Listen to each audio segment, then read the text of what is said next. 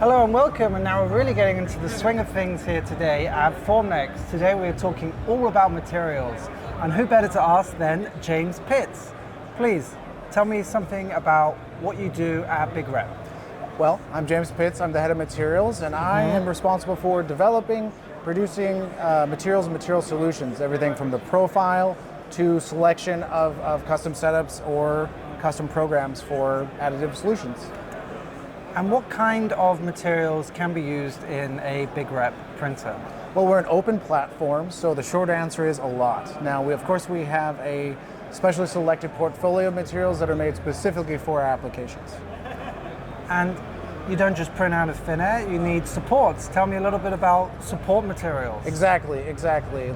Like a castle, you can't build it over air. So using a support material, using dual extrusion or our tandem mode sometimes, we can basically provide a safe print surface to be printed onto the next material. So a part where something like this, where you have a lot of overhangs, and it wouldn't be printable without a support material. Now we have soluble supports like BVOH, which after you're done printing, you don't want to take the time to have to cut it off or sand it off or post-process. You can simply dissolve it in water, and it just dissolves away. And so we have some materials here with us today. Can you tell me a little bit about this material and what it's mostly used for?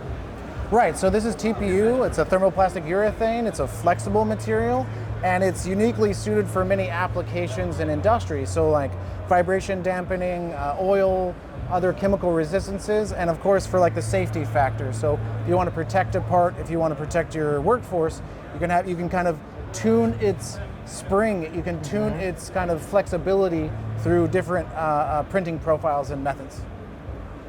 And what other materials do we have? BigRep has a very wide range of materials, everything from biopolymers up through industrial applications like PA12CF. So it's a nylon carbon fiber giving you excellent tensile strength, excellent thermal stability.